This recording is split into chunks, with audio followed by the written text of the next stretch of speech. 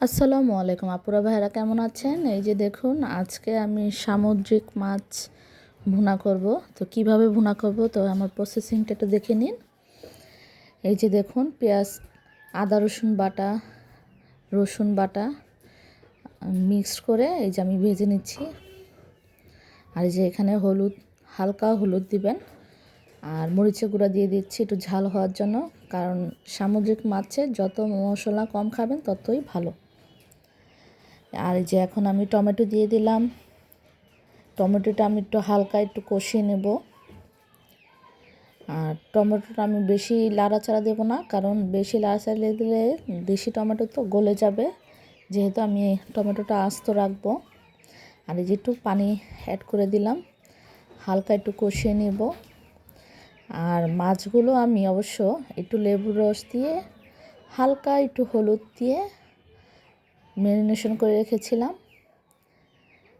যাতে মাছে কোনো সামুদ্রিক গন্ধ না হয় তার জন্য। আর এই যে দেখুন, এখানে আমি আবার ইলিশ মাছ নিয়েছি, ছোট ইলিশ। একটু জাল দিব।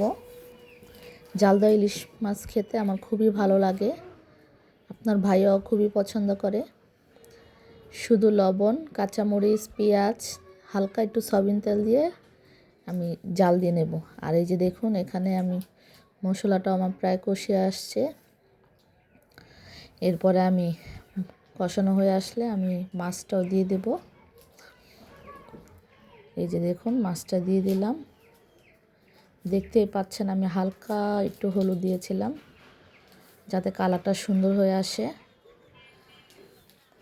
এবার আমি মাছটা নেড়ে চেড়ে দেবো, কারণ এটা যেহেতু নরম মাছ, সমুদ্রের মাছটা বেশি লাড়াচাড়া করা যাবে না, তাহলে মাছটা ভেঙে যাবে। তো আমি এই যে দেখুন, এখানে আমি যে ম্যারিনেশন করার ঝোলটা দিয়ে দিলাম, লেবুর রসটা, আর কাঁচামরিচও দিয়ে দিলাম। হালকা একটু পানি অ্যাড করে দেব, যাতে মাছটা ভিতরে মশলাটা ভালো করে ঢুকতে পারে। অবশ্য চুলা কমানো যাবে না, কারণ এটা জাল বেশি দিয়ে এটাকে রান্না করতে হয়। তো দেখতেই পাচ্ছেন আমি এখানে পানি অ্যাড করে দিয়েছি। এরপরে আমি এটা কোনো ঢেকে দেব না, কারণ ঢেকে দিলে এখান থেকে পানি অনেক বের হতে পারে। তাই আমি এটা ঢাকনা ছাড়াই রান্না করব। এই যে আমার রান্না প্রায় শেষ, ধনেপাতাও দিয়ে দিয়েছি। তো আপুরা বলেন কেমন হয়েছে দেখতে।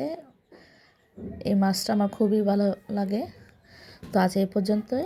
আল্লাহ হাফেজ।